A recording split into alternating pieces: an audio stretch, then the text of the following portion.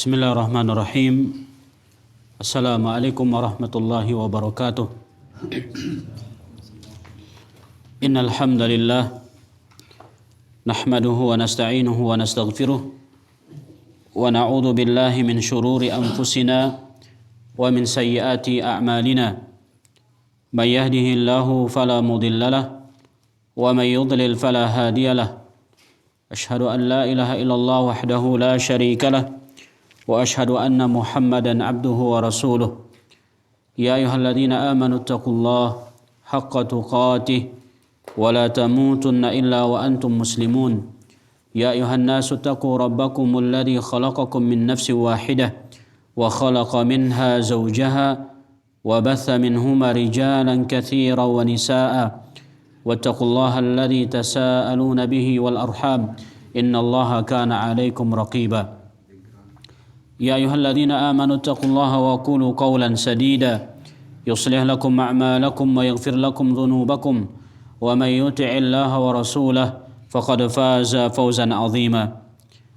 أما بعد فإن أصدق الحديث كتاب الله وخير الهدي هدي محمد صلى الله عليه وسلم وشر الأمور محدثاتها فإن كل محدثة بدعة وكل بدعة ضلالة وكل ضلالة في النار.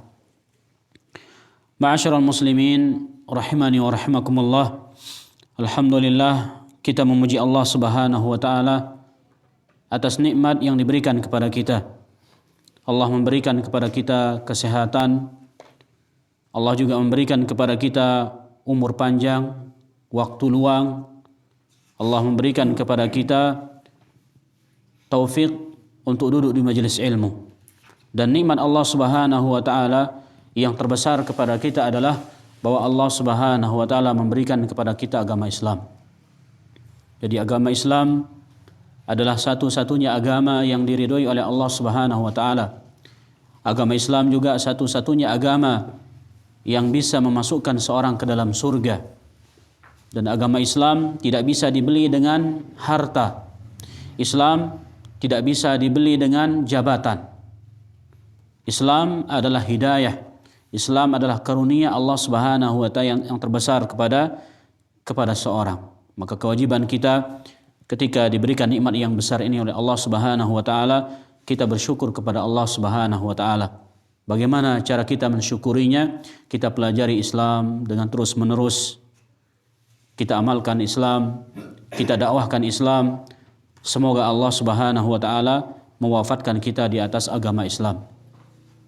Kemudian selanjutnya salawat serta salam senantiasa kita ucapkan untuk baginda Rasulullah sallallahu alaihi wasallam, kepada manusia yang terbaik, bahkan nabi penutup sekalian pada nabi dan rasul, yang membawa agama Islam, yang mengajarkan kepada umat ini agama Islam, agama yang benar, agama yang diridhai oleh Allah Subhanahu wa taala, itu nabi kita Nabi Muhammad sallallahu alaihi wasallam.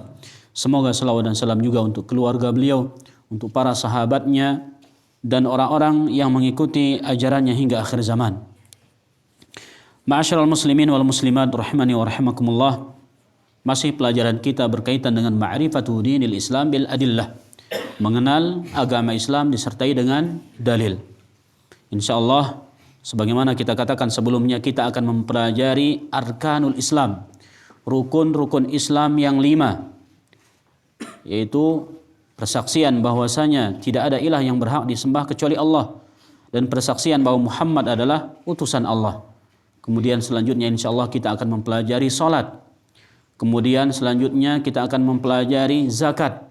Kemudian puasa di bulan Ramadan, kemudian berhaji bagi orang yang mampu. Insyaallah satu persatu akan kita jelaskan secara ringkas. Mudah-mudahan setelah kita mempelajarinya, semakin mantap tauhid kita kepada Allah Subhanahu wa taala, dan semakin mantap ittiba kita kepada sunnah Nabi sallallahu alaihi wasallam, dan semakin sesuai solat kita dengan solat Nabi sallallahu alaihi wasallam.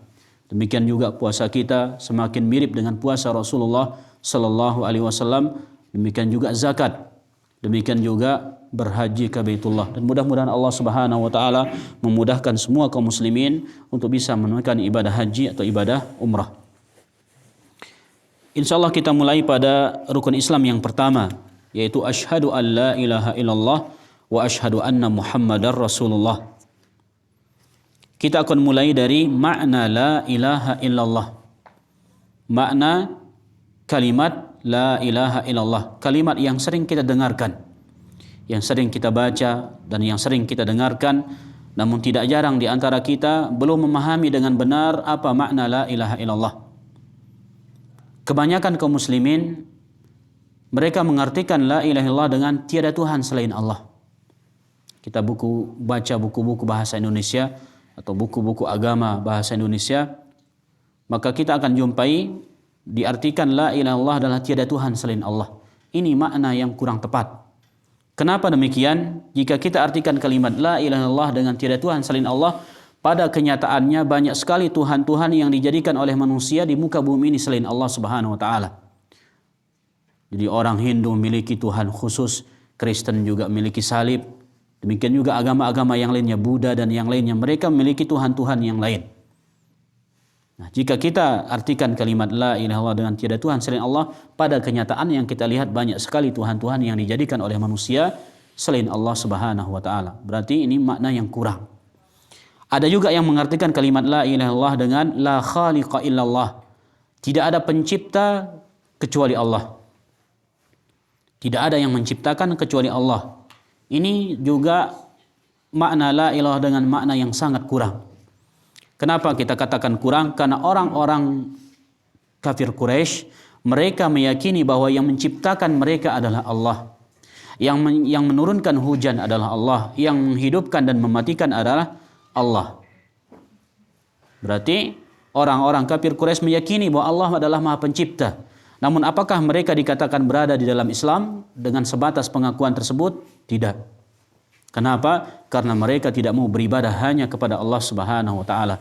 Sehingga ini makna yang kurang. Makna yang benar sesuai dengan dalil, sesuai dengan Al-Qur'an, sesuai dengan sunnah Nabi sallallahu alaihi wasallam dari kalimat la ilaha illallah adalah la ma'buda bihaqqin illallah. Tidak ada sembahan yang hak kecuali Allah Subhanahu wa taala. Walaupun orang Yahudi memiliki Tuhan, orang Nasrani juga memiliki Tuhan, orang Buddha dan yang lainnya memiliki Tuhan, namun yang berhak untuk diibadahi hanyalah Allah Subhanahu wa taala. Sehingga ini makna yang sangat mencakup semuanya. Ini makna yang paling benar dari kalimat la ilaha illallah. La ma'buda bihaqqin illallah. Tidak ada sembahan yang hak kecuali Allah Subhanahu wa taala. Di antara dalilnya makna ini adalah firman Allah Subhanahu wa taala dalam Al-Qur'an surah Muhammad, fa'lam annahu la ilaha illallah. Hendaklah engkau mengetahui, hendaklah engkau mempelajari bahwasanya tidak ada ilah yang hak kecuali Allah Subhanahu wa taala. Jadi ayat ini memerintahkan kepada kita untuk mempelajari kalimat la ilaha illallah, dan perintah hukumnya wajib. Maka wajib bagi setiap kaum muslimin, laki-laki atau perempuan, mempelajari kalimat la ilaha illallah sebelum yang lainnya. Kemudian dalil yang kedua adalah sabda Rasulullah sallallahu alaihi wasallam, man qala la ilaha illallah mukhlishan dakhalal jannah. Barang siapa yang mengucapkan la ilaha illallah dengan ikhlas, maka dia masuk surga. Barang siapa yang mengucapkan kalimat tauhid, kalimat la ilaha illallah ay la ma'buda bihaqqin illallah, mukhlishan dengan ikhlas, dakhalal jannah, maka dia masuk surga. Wal mukhlis, dan yang dimaksud dengan orang yang ikhlas mengucapkan kalimat la ilaha illallah adalah huwallazi yafhamuha, yaitu orang yang memahami maknanya. Kita sudah memahami maknanya la ma'buda bihaqqin illallah. Kemudian wa ya'malu biha, setelah dia memahami maknanya, dia mengamalkan kandungannya. Kemudian wa yad'u ilaiha, dia juga mengajak orang lain untuk kepada kalimat la ilaha illallah, untuk mengucapkan la ilaha illallah, untuk memahami kalimat la ilaha illallah dan mengamalkan la ilaha illallah qabla ghairiha, sebelum yang lainnya. Dia mengajak orang lain untuk mempelajari dan memahami kalimat la ilaha illallah sebelum salat, sebelum puasa, sebelum zakat dan sebelum haji. Karena salat, puasa, zakat, haji sebagai penentu apakah dia diterima atau tidak oleh Allah adalah kalimat la ilaha illallah. Inilah yang dinamakan dengan ikhlas ketika mengucapkan kalimat la ilaha illallah. Tidak ada faedahnya seorang mengucapkan kalimat la ilaha illallah 1000 kali, namun pertama dia tidak memahami maknanya dengan benar. Kalau dia tidak memahami maknanya dengan benar, otomatis dia akan sering melanggar makna dari kalimat la ilaha illallah. Jadi sehingga zaman sekarang kita lebih pantas untuk memperbanyak mengkaji tauhid, mengkaji makna la ilaha illallah daripada orang-orang terdahulu. Karena orang-orang terdahulu mereka paham dengan benar apa makna la ilaha illallah. Ketika mereka mengucapkan kalimat la ilaha illallah, mereka sudah paham apa konsekuensinya. Yang pun yang mele, yang pun sekat dengan kafir Quraisy ente nak mengucapkan la ilaha illallah karena tuang na maknana. Wah na sanggup mengucapkan ya berarti rela ya muang can patung-patung nana. Rela ya nyembah hanya Allah doang. Adapun manusia zaman sekarang 100 kali dia mengucapkan la ilaha illallah, 1000 kali dia berbuat syirik kepada Allah Subhanahu wa taala. Kemudian li'anna fiha at-tauhid alladhi khalaqallahu al-jinna wal insa li ajlih. Pada kalimat la ilaha illallah terdapat tauhid yang mana jin dan manusia diciptakan oleh Allah untuknya. Jadi Allah Subhanahu wa taala menciptakan kita, Allah juga menciptakan jin semata-mata untuk mengamalkan tauhid, mengamalkan kalimat la ilaha illallah. Kemudian dalil yang ketiga tentang la ilaha illallah ini adalah ucapan Nabi SAW kepada pamannya Abu Talib ketika pamannya sakaratul maut. Nabi SAW mengatakan kepada pamannya, ya ammi qul la ilaha illallah. Wahai pamanku, ucapkanlah kalimat la ilaha illallah. Kalimatun uhajju laka biha indallah. Sebuah kalimat yang aku akan pergunakan untuk membelamu nanti di hadapan Allah. Wa aba ayyakula la ilaha illallah. Namun Abu Talib enggan untuk mengucapkan kalimat la ilaha illallah. Jadi silakan nama pengucapan kalimat la ilaha illallah nya kana sekarat. Kalimat ini kukadu melai pelaun julun Allah. Namun karena tidak ada hidayah taufik dari Allah dan Abu Talib gengsi, dia malu kepada teman-temannya sehingga gengsi mengucapkan kalimat la ilaha illallah, sehingga dia enggan mengucapkan la ilaha illallah. Akhirnya dia mati di luar agama Islam. Padahal Abu Talib meyakini bahwa agama Islam adalah agama yang paling bagus. Ajaran yang paling bagus, agama yang paling pas untuk dijadikan sebagai agama itu agama Islam. Agama yang dibawa oleh keponakannya itu Rasulullah sallallahu alaihi wasallam. Namun karena pertama tidak ada hidayah taufik dari Allah, kemudian dia gengsi, malu atau takut dicela oleh kaumnya mengucapkan la ilaha illallah, maka dia meninggal dunia di luar agama Islam. Wal'iyadu billah, kita berlindung kepada Allah Subhanahu wa ta'ala. Padahal Abu Talib memiliki hubungan darah dengan Nabi. Iraksa Nabi wahna jariyatim piatunu ya Abu Talib. Jauh oleh nangangan Nabi ketimbang anak jarina di Abu Talib. Munara nyakitin Nabi ya doang melaya. Paham ya yakin agama yang bekena li anak sayyidina li Nabi Muhammad kena gati. Lagu apa minangnya ya namel yang ucapang la ilaha illallah karena gengsi. Abu Talib ini pemuka. Gengsi agin ngucapang la ilaha illallah takut mencela le bawahan. Sehingga di antara sebab tercegahnya seorang mendapatkan hidayah adalah karena gengsi. Luwe dengan tuangna kebenaran no. Lagu gengsi gin nurut ian. Luwe noang wah nene memang kena lagu nan takut mencela le manusia. Sehingga ngenang na kebenaran no. Sehingga Abu Talib di sini meninggal dunia di luar agama Islam. Akhirnya dia akan kekal selama-lamanya di dalam neraka. Namun Allah Subhanahu wa taala memberikan keringanan siksa kepada Abu Talib. Jadi kakinya ditempelkan di bara api neraka, hanya telapak kakinya saja. Namun mengakibatkan isi otaknya mendidih.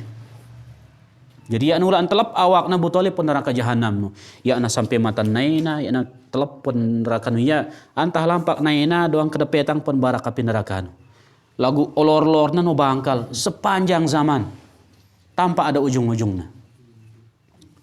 Enah tahun, 100 tahun, 200 tahun, arak batasna ini selama-lamanya, ya nara ujung-ujungnya. Kita mahal na agama Islam. Lagu dengan munamate pun dalam agama Islam, insyaallah dia akan dimasukkan ke dalam surga oleh Allah Subhanahu wa taala, walaupun karena mungkin sebab sebagian dosa-dosanya dia akan disiksa dulu di neraka, setelah bersih dia akan dimasukkan ke dalam surga. Asalkan beragama Islam, mati di atas agama Islam. Maka mudah-mudahan kita diwafatkan oleh Allah Subhanahu wa taala berada di dalam agama Islam. Maka Nabi SAW senantiasa mengucapkan kalimat, Ya muqallibal qulub, tsabbit qalbi ala dinik. Ya Allah yang membolak-balikkan hati, tetapkanlah hatiku di atas agamamu. Dengan sering kita mempelajari Islam, sering kita mengamalkan Islam, ini di antara sebab kita istiqamah di atas Islam sampai kita diwafatkan oleh Allah Subhanahu wa taala. Kemudian dalil yang keempat tentang kalimat la ilaha illallah ini adalah Baqiyar Rasul sallallahu alaihi wasallam fi Makkah 13 amad. Rasulullah sallallahu alaihi wasallam tinggal di kota Mekah selama 13 tahun. Yad'ul musyrikin qailan.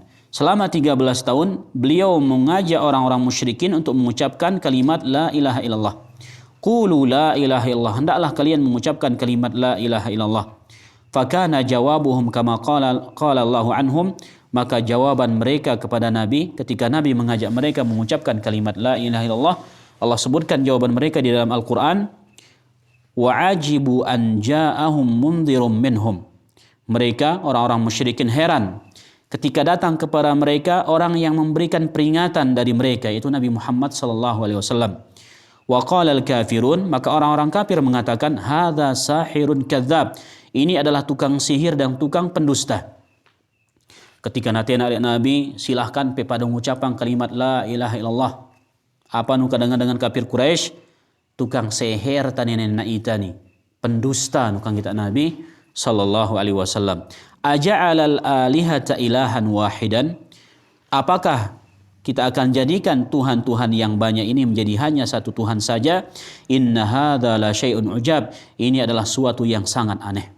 Masa tapi nak Tuhan-Tuhan tailuet ni jadi saya aneh gati nenek tapi lenuka. Sehingga mereka menyombongkan diri. Mereka tidak mau menerima dakwah Rasulullah sallallahu alaihi wasallam. Dan semua orang yang meniti jejak Rasulullah sallallahu alaihi wasallam yang mengajak umat untuk kembali kepada tauhid, untuk menjauhi kesyirikan, mereka juga pasti akan dikatakan sebagaimana Nabi dikatakan.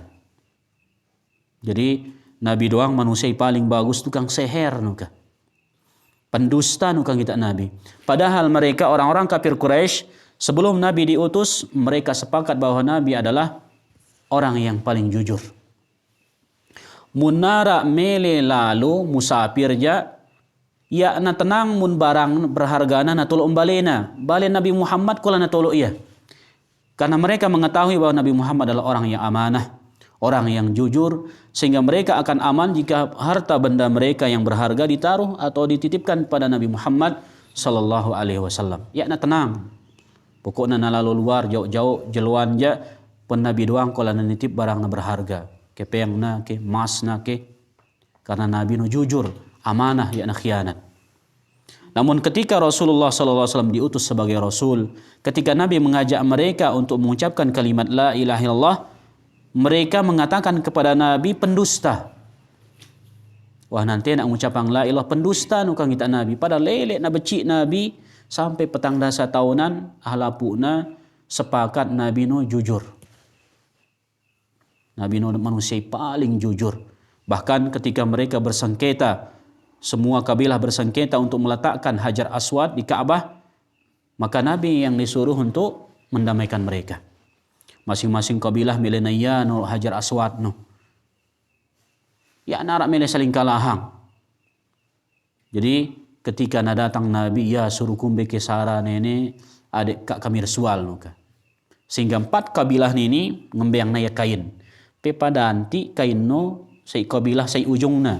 Empuk tolok na ya tengah-tengah Hajar Aswad no lek Nabi. 4 na nganu iya. Mentek yang ngadu kain no. Hikmah luar biasa Rasulullah sallallahu alaihi wasallam. Lalu ketika giliran mereka diajak bertauhid, mereka mencela Rasulullah sallallahu alaihi wasallam. Dan semua orang yang meniti jejak Rasulullah, jejak para nabi dan rasul, mendakwahkan tauhid, mereka pasti akan dicela. Mereka pasti akan dimusuhi oleh orang-orang yang tidak suka. Maka ini sunnatullah, kewajiban kita adalah bersabar dan terus istiqamah. Jadi ma'asyiral muslimin wal muslimat rahimani wa rahimakumullah, kenapa orang-orang Arab tidak mau mengucapkan kalimat la ilallah? Li'anna al-araba fahimu ma'naha. Karena orang-orang Arab mereka memahami maknanya. Wa anna man qalaha la yad'u ghairallahi, dan bahwasanya orang yang telah mengucapkan kalimat la ilallah, dia tidak akan berdoa kepada selain Allah. Fatarakuha wa lam yaquluha, maka mereka meninggalkan kalimat la ilaha illallah dan tidak mau mengucapkan kalimat la ilaha illallah. Sehingga Allah Subhanahu wa taala berfirman tentang mereka, tentang orang-orang yang menolak kalimat la ilaha illallah, innahum kanu idza qila lahum la ilaha illallah yastakbirun. Sesungguhnya mereka adalah orang-orang yang ketika mereka dikatakan kepada mereka la ilaha illallah, maka mereka yastakbirun, mereka menyombongkan diri mereka. Jadi orang-orang kafir ketika mereka diajak oleh Nabi SAW untuk mengucapkan la ilaha illallah, yastakbirun, mereka menyombongkan diri, kata Allah Subhanahu wa taala. Jadi Allah mencela mereka di dalam ayat ini.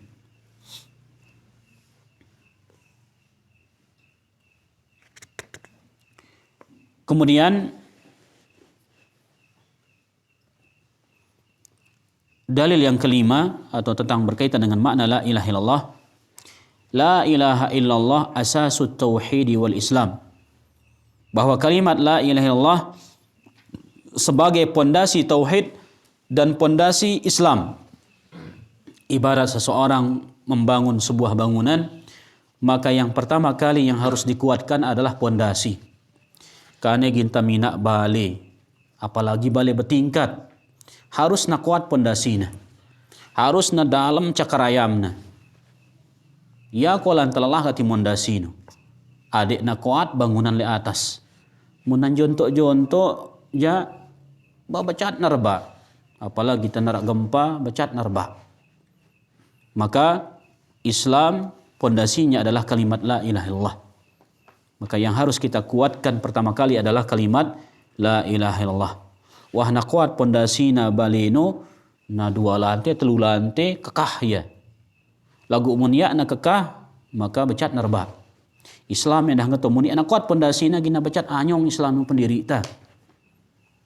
Ketika ya na kuat kalimat la ilallah pendiri ta, ketika ta berbenturan dengan perintah-perintah Allah ya na sesuai dengan keinginan ta, gina tinggalang ya. Larangan Allah ya nasuai dikembali itu ya tergemas nelingo ya. Diakibatkan karena kita tidak memperhatikan kalimat la ilaha illallah. Wa manhajun kamilun lil hayati, dan kalimat la ilaha illallah sebagai manhaj yang sempurna untuk mengarungi kehidupan. Sebagai metode untuk mengarungi kehidupan. Ayai mele bahagia dunia akhirat, perhatian kalimat la ilaha illallah. Kemudian yatahaqqaqu bi tawjihi kulli anwa'il ibadati lillahi wa dzalika idza khada'a al-muslimu lillah wa da'ahu wahdah wahtakama li syar'ihi duna ghairihi. Dan hal itu terwujud ketika kita mengarahkan semua ibadah hanya untuk Allah Subhanahu wa taala. Ketika seorang tunduk kepada Allah, dia berdoa hanya kepada Allah, berhukum dengan syariat Allah dan bukan dengan syariat yang lainnya. Sehingga ketika wahna kokoh tauhid ini, insyaallah ginta londo timpak syariat Allah. Apa pakat Allah suruhan, tunduk kita ya tenentang. Apa pakat Allah bala, tunduk kita ya tenentang. Karena pondasi wah kuat. Lagu muni anak kuat goyah kita.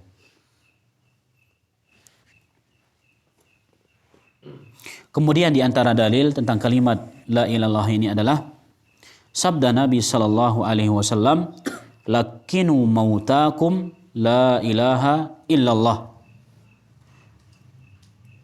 Hendaklah kalian mengajarkan orang-orang yang hendak meninggal, orang-orang yang sakaratul maut, la ilaha illallah.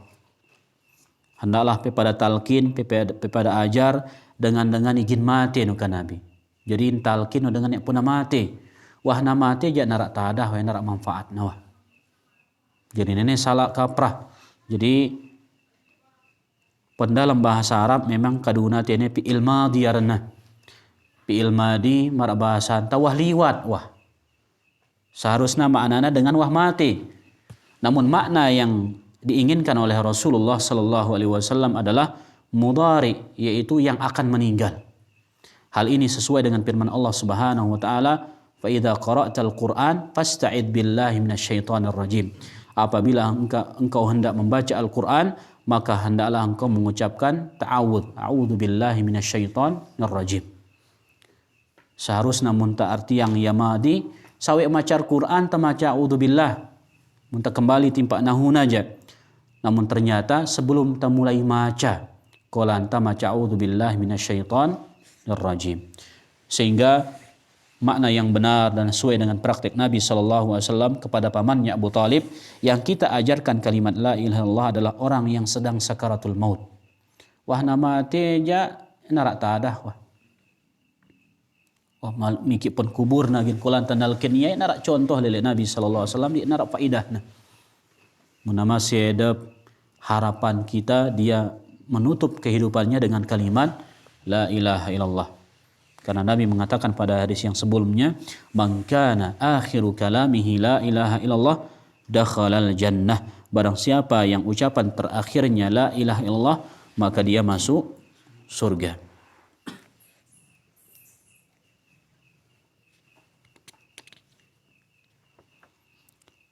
Kemudian masalah yang kedua adalah tentang makna Muhammadur Rasulullah. Makna asyhadu anna Muhammadar Rasulullah. Al-imanu bi annahu mursilun min indillahi. Maknanya adalah beriman bahwasanya Nabi Muhammad adalah orang yang diutus oleh Allah Subhanahu wa taala. Fanusaddiquhu fima akhbar. Maka kita benarkan apa yang diberitakan oleh Nabi sallallahu alaihi wasallam. Wa nuti'uhu fima amar. Kita mentaati apa yang diperintahkan oleh Nabi sallallahu alaihi wasallam. Wa natruku ma naha anhu wa zajar. Dan kita meninggalkan apa yang dilarang oleh Nabi sallallahu alaihi wasallam. Wa na'budullaha bima syara'a. Dan kita beribadah kepada Allah dengan syariat Nabi Muhammad sallallahu alaihi wasallam. Sehingga kandungan dari makna Muhammad Rasulullah ada 4. Yang pertama adalah kita mempercayai dan meyakini apa yang diberitakan oleh Nabi, terutama hal-hal yang gaib. Nabi pernah menceritakan bagaimana proses pencabutan ruh. Nabi menceritakan bagaimana kedua malaikat membangunkan orang di dalam kuburnya, kemudian bertanya kepada mereka 3 pertanyaan, man rabbuka, ma dinuka, man nabiyuka. Kemudian Nabi juga menceritakan bahwa ada jembatan yang dibentangkan di atas neraka jahanam menuju surga. Nabi menceritakan bahwa ada mizan, ada penimbangan amal nanti di akhirat. Semuanya ada hal yang gaib yang tidak pernah kita lihat. Allah menceritakan tentang siksaan di dalam neraka. Allah menceritakan kenikmatan di dalam surga. Semuanya hal yang gaib. Lalu wajib tak yakin karena Nabi bercerita. Karena Allah Subhanahu wa taala mengatakan wa ma yantiqu anil hawa in huwa illa wahyu yuha.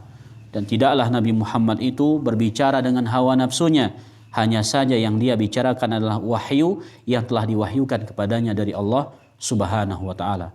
Sehingga apa yang dibicarakan oleh Nabi adalah wahyu dari Allah. Mun rawas ta manusia biasa aja alwe-alwe andara kenana. Lagu apa keluar dari rawas Nabi wahyu dari Allah Subhanahu wa taala. Sehingga wajib terpercaya. Allah menceritakan tentang surga, neraka, ya tagita iya. Walaupun ya tagita iya wajib terpercaya karena wahyu mak dia nita. Luwe dengan jembatan tiba pun surga enggak sai. Sedih lah nganta temina balik sedih akalna kaduna. Ini yang percaya timpa wahyu. Sedawah kalimat syahadat asyhadu anna Muhammadar Rasulullah. Karena ia terpercaya timpa wahyu lele Nabi sallallahu alaihi wasallam. Tentu kira surga, tentu kira neraka nuka. Lawan doang tagita ya kan mah. Salah wah kita. Wah sedawah syahadat kedua antanu asyhadu anna Muhammadar Rasulullah. Jadi kandungan yang pertama wajib bagi kaum muslimin untuk meyakini dan mempercayai apa yang diberitakan oleh Nabi sallallahu alaihi wasallam. Bahkan banyak sekali yang diberitakan oleh Nabi sallallahu alaihi wasallam di dunia ini yang akan terjadi di akhir zaman. Kathratuz zalazil, akan banyak terjadi gempa bumi kata Nabi sallallahu alaihi wasallam. La taqumus sa'ah hatta tukthiruz zalazil. Tidak akan terjadi hari kiamat sehingga banyak terjadi gempa bumi. Kane tergita ya. Ilai naru katang lihat Nabi kane tergita ya. Alwe masih ciri-ciri kiamat ya pernah terjadi. Jadi aneh-aneh. Jadi ya pernah launno ya pernah terjadi masih arak tanah keteter. Tanah nenek gina urak, gempa sang masih arak mending. Nenek ja urak tanah dunia nurak. Ini akhir zaman doang. Ya pernah laun jadi binatang-binatang tahu ngerawas barang kita. Ya pernah doang nenek. Apalagi yang disebutkan oleh Nabi, matahari akan terbit dari barat. Biasa timu oleh letang kita jelono sewaktu-waktu laun barat lelek na tiup. Gina terjadi doang. Karena Nabi sudah memberitakan dan wajib kita meyakininya. Karena Nabi SAW tidak berbicara dari hawa nafsunya, yang dia bicarakan adalah wahyu dari Allah Subhanahu wa taala. Kemudian kandungan yang kedua adalah wa nuti'uhu fima amar. Kita mentaati apa yang diperintahkan oleh Rasulullah sallallahu alaihi wasallam. Mun taat timpa Nabi kena wahya bagus wah ini. Asyhadu anna Muhammadar Rasulullah. Nabi memerintahkan kita untuk bertauhid, mempelajari tauhid. Nabi memerintahkan kita untuk memegang rat-rat sunnahnya. Nabi juga memerintahkan kita untuk salat, untuk berzakat, untuk berpuasa, berhaji. Nabi perintahkan kepada kita untuk berbakti kepada kedua orang tua. Nabi merintahkan kita untuk taat kepada suami. Nabi merintahkan kepada kita untuk taat kepada pemerintah. Maka semuanya wajib kita taati. Kemudian wa natruku ma naha anhu wa zajar. Makna yang ketiga dari asyhadu anna Muhammadar Rasulullah adalah kita meninggalkan apa yang dilarang oleh Nabi sallallahu alaihi wasallam. Apa yang larang nanti Nabi tahu usaha ngenang ya. Ketika kita milih ngenang apa suruh nanti Nabi ngenang ya pun mantap masih asyhadu anna Muhammadar Rasulullah. Antas ucapan doang. Nabi sallallahu alaihi wasallam melarang kita dari berbuat kesyirikan. Nabi melarang kita menyelisihi sunnahnya. Nabi melarang kita durhaka kepada orang tua. Nabi melarang kita untuk memakan harta riba. Semuanya harus kita tinggalkan. Dan ini konsekuensi dari ucapan kita asyhadu anna Muhammadar Rasulullah. Kemudian makna yang keempat, kandungan yang keempat dari Muhammadur Rasulullah, wa na'budullaha bima syara'a. Kita beribadah kepada Allah dengan apa yang disyariatkan oleh Nabi sallallahu alaihi wasallam. Kita beribadah timpa Allah marangkun cara Nabi. Wah lengkap wah contoh hang nalek Nabi, kumbe saranta salat, bahkan kumbe saranta wudu, kumbe saranta tayamum, kumbe saranta salat lengkap wah. Karing ta melajarinnya tulak mina-mina sara baru. Jadi ketika seseorang beribadah kepada Allah namun menggunakan selain syariat Nabi Muhammad, dia menggunakan selain tata cara yang dicontohkan oleh Nabi, berarti ucapan Muhammadur Rasulullah yang kena masih. Yang penting ta yakin, yang penting namai idap tangan unya lagu ya narak po contoh lelek Nabi sallallahu alaihi wasallam. Sehingga ketika kita semakin sering akan mempelajari sunnah-sunnah Nabi sallallahu alaihi wasallam, kita akan tahu bagaimana ibadah Nabi sallallahu alaihi wasallam. Kita akan tahu bagaimana akhlak Nabi sallallahu alaihi wasallam. Sehingga insyaallah kita akan mempelajari minggu depan, kita mulai masuk dari rukun Islam yang kedua tentang masalah salat. Kita pelajarinnya, kita ulang-ulangnya, adik tayengat, kemudian sambil tahu kita ngajar anak tambali, kita pada pelajarinnya. Karena Nabi SAW mengatakan, Sallu kama ra'aitumuni usalli. Hendaklah kalian solat sebagaimana kalian melihat aku solat. Hendaklah pada solat marang kumpe, kita aku solat muka Nabi. Kita ya terdait barang Nabi. Para sahabat terdait barang Nabi. Yang kita Nabi solat kumbe, carana takbir sampai salam. Kumbe gerakan Nabi, kumbe bacaan Nabi. Para sahabat kita iya. Cukup tak kembali timpa riwayat-riwayat para sahabat. Para sahabat nyerita angita, lelek takbir sampai salam nu lengkap. Aduh marak dengan kita Nabi doang, mak terdait nuka dengan. Jadi hadis tak kembali timpa hadis. Alengkap karing tak melajarinnya doang. Lelek takbir sampai salam. Kemudian yang keenam, kita mempelajari sunnah-sunnah Nabi sallallahu alaihi wasallam. Kita mempelajari sunnah-sunnah Nabi sallallahu alaihi wasallam. Kita mempelajari sunnah-sunnah Nabi sallallahu alaihi wasallam. Kita mempelajari sunnah-sunnah Nabi sallallahu alaihi wasallam. Lele takbir sampai salam. Jadi ketika ya tamil kembali timpa riwayat-riwayat yang disampaikan oleh para sahabat tentang bagaimana sifat solat Nabi, baginda lain dong solat, cara anta solat marangkun cara Nabi Muhammad sallallahu alaihi wasallam. Sehingga wajib bagi seorang muslim setelah dia mengucapkan asyhadu anna Muhammadar Rasulullah, pertama wajib bagi dia untuk meyakini apa yang diberitakan oleh Nabi, kemudian taat kepada perintah Nabi, hendaklah dia meninggalkan larangan-larangan Nabi, dan hendaklah dia beribadah kepada Allah menggunakan syariat Nabi Muhammad sallallahu alaihi wasallam. Jadi waktu isa gina tama mungkin tak cukupang sampai tene. Insyaallah minggu depan kita lanjutan timpa rukun Islam yang kedua, itu berkaitan dengan masalah salat 5 waktu. Allah taala alam. Sebelum kita tutup menara pertanyaan silahkan.